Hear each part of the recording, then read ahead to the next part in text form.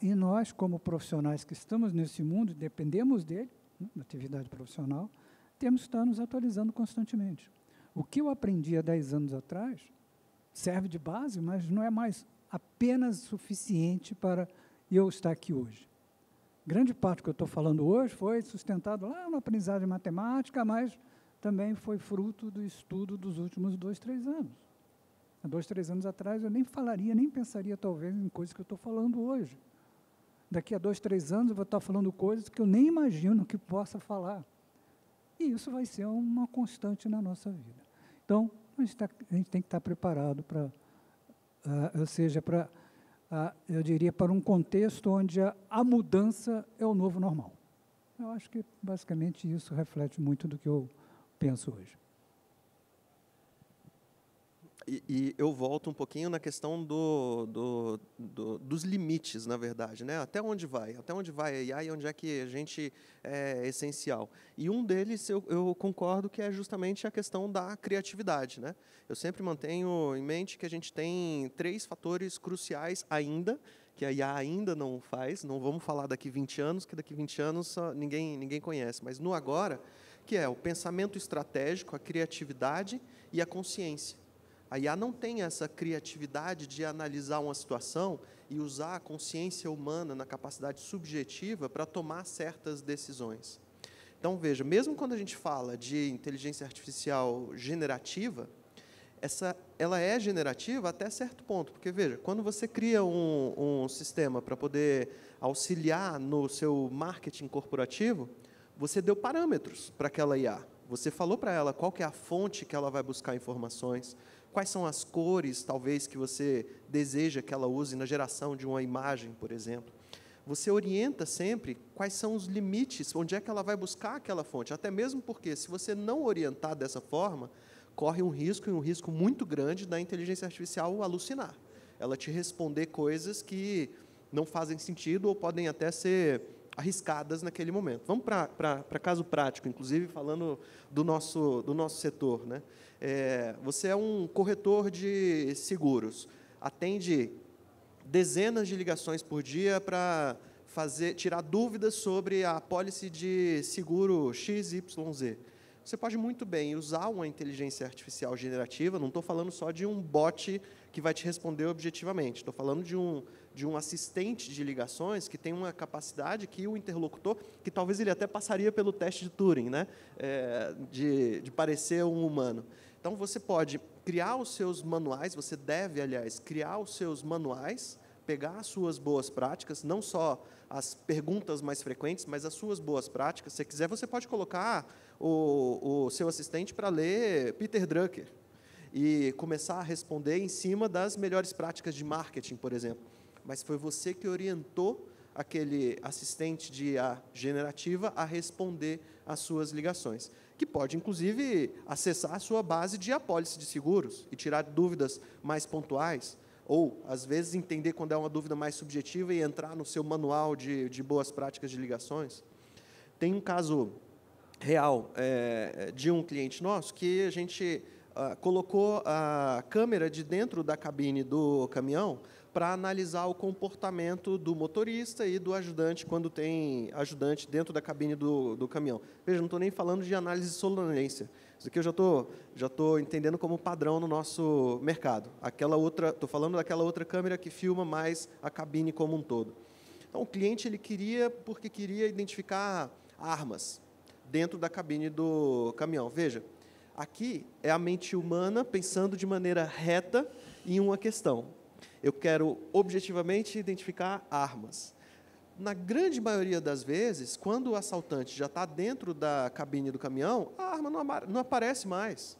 Ele mostrou a arma brevemente ali num relance e o motorista teve que parar e ceder o acesso.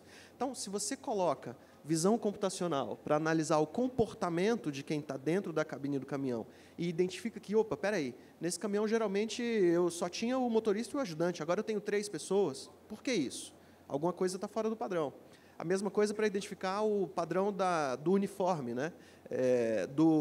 Daquela empresa. A gente teve um assalto real, caso real, que o assaltante estava com... Eu identificaria o uniforme em cima das cores, né? Até porque não dá para identificar com tantos detalhes o uniforme. Mas as cores padrão ali daquele uniforme, ok. Então, coincidentemente, o assaltante estava com uma camisa de time de futebol, que eu não vou falar qual que eram as mesmas cores do uniforme da companhia transportadora. Então, a regra objetiva do humano ali, colocando regra, esperando uma resposta reta, né, inteligência artificial por regra, já não funcionaria. Aí a riqueza da gente trabalhar com IA generativa. Né? Eu acho que a Ana ali vai ter um contraponto. Eu fico me coçando aqui, né? Porque, assim, de boas intenções, o inferno está assim, ó, está coalhado para caramba. Principalmente, eu acho que na área afins aqui do System, eu vejo muito poucas discussões, vejo muitos projetos bons acontecendo. Então, se tem mesmo, né, a questão de você, eventualmente, a gente já sabe que existe isso no governo, sendo estudada por algumas das agências reguladoras, de como é que a gente realmente incorpora, por exemplo, isso só algoritmo parrudo, só IA vai conseguir fazer, né? Não estou falando nem de IA generativa. Como é que eu incorporo riscos ambientais em projetos de concessão pública? Olha o Rio Grande do Sul, o que aconteceu, né, gente? Olha São Paulo aqui, o que aconteceu. Então, já existem várias... E eu sei porque eu trabalho com o Instituto de Ciência e Tecnologia de Brasília, e a gente está sendo bastante consultado para esse tipo de demanda. Então, efetivamente, como a IA vai poder ajudar a fazer com que contratos sejam mais saudáveis, tanto para o setor público como para o setor privado. Isso aí, acho que assim, não tem discussão, né? Não, assim, toda repactuação ela vai dar dor de cabeça, então, quanto menos a gente puder evitar isso, melhor. Por outro lado, esse tipo de iniciativa que o Nico coloca me deixa apavorada. Por quê? Porque, de boas intenções, o inferno está cheio. Na Europa, é muito comum o uso do MDMA por motoristas de caminhão. Os caras vão assim, que nem rebite aqui, né? Os caras vão alucinado, drogado até o último fio de cabelo. Rola muito tráfico humano misturado com outras iniciativas de transporte ali, e um uso de drogas massivo. E, obviamente, se quer evitar esse tipo de passivo que pode gerar problemas para a empresa e mortes, né? Seja do próprio usuário, efetivamente, como quem está do lado dele na estrada. E tecnologia por IA, ela faz o quê? Ela faz reconhecimento de emoções no rosto. Pode? Pode. Deve?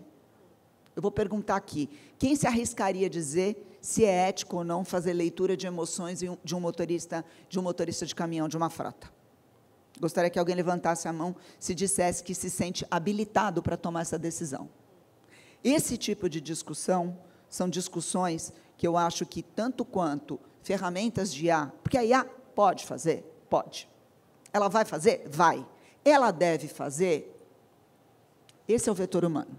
E esse tipo de discussão, ele me parece que ele está sendo subvalorizado em prol de, produtividade, o poder exponencial que os executivos, que os senhores executivos têm na mão hoje, adotando as diferentes soluções de inteligência artificial, é imenso.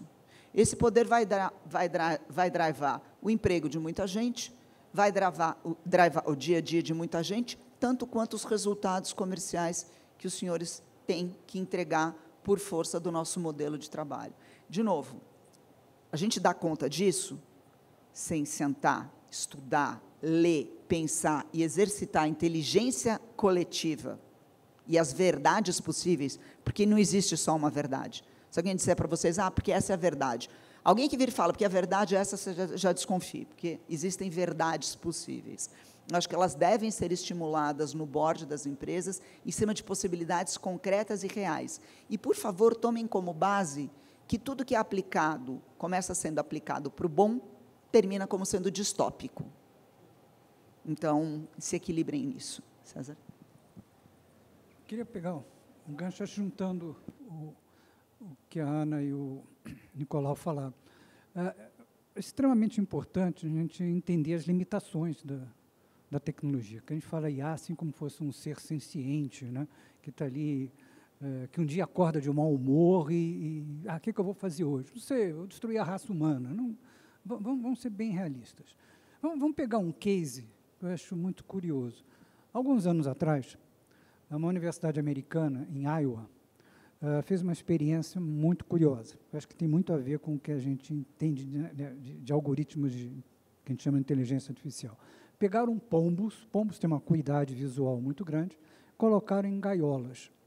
As gaiolas tinham um espaço na frente, podia passar uma imagem de um exame, poderia ter um câncer ou não, e tinha um dispositivo que, em determinadas situações, soltava o milho. Então, os pombos ficavam na gaiola e passavam-se imagens. Essas imagens tinham, algumas delas, um padrão de manchas que caracterizavam um câncer de mama, padrões que não caracterizavam câncer de mama. No início, os pombos, quando viam aquela tela passando diante deles, se assustavam e bicavam. Beleza. Mas quando bicavam numa imagem que tinha, sim, aquele padrão de manchas de câncer, eles ganhavam milho. Depois de algum tempo, o processo cognitivo dos pombos foi vendo o seguinte: toda vez que aparecer esse determinado padrão, eu bico, porque eu ganho milho. Se não aparecer, eu não vou bicar, porque eu não vou ganhar milho, eu não vou, digamos, gastar energia sem tiver benefício, né? Lei básica da sobrevivência. Depois de 4 meses, o nível de assertividade dos pombos foi melhor do que os radiologistas do hospital. Então, a ideia é, poxa, para que radiologista? Coloca um pombal lá e você resolve o problema de análise de imagem de câncer de mama. Qual é a diferença? E aí caracteriza a diferença entre inteligência artificial e o ser humano. O pombo não tinha a mínima ideia do que ele estava fazendo. Era um padrão de imagens ali, de manchas, que isso aqui é um ganho milho. O que é isso? É um câncer? Isso aqui? Não sei. Ele não tem a mínima ideia do que ele estava fazendo. Os algoritmos também não têm a mínima ideia. Nós, seres humanos, sabemos. Então, quando você pega uma IA generativa e gera um texto fantástico, sistema, ele não tem a mínima ideia que ele está gerando. Ele está gerando o próximo token, probabilisticamente. Token é um pedaço da palavra, depois já no outro token forma a palavra, junta essa palavra, vê qual é a próxima, e vai montando algo que, para nós, puxa, isso aqui é uma poesia legal, ou pode ser um absurdo. Mas ele está absolutamente correto, porque a resposta dele sempre é a mais probabilisticamente plausível. É simplesmente um sistema estatístico, probabilístico.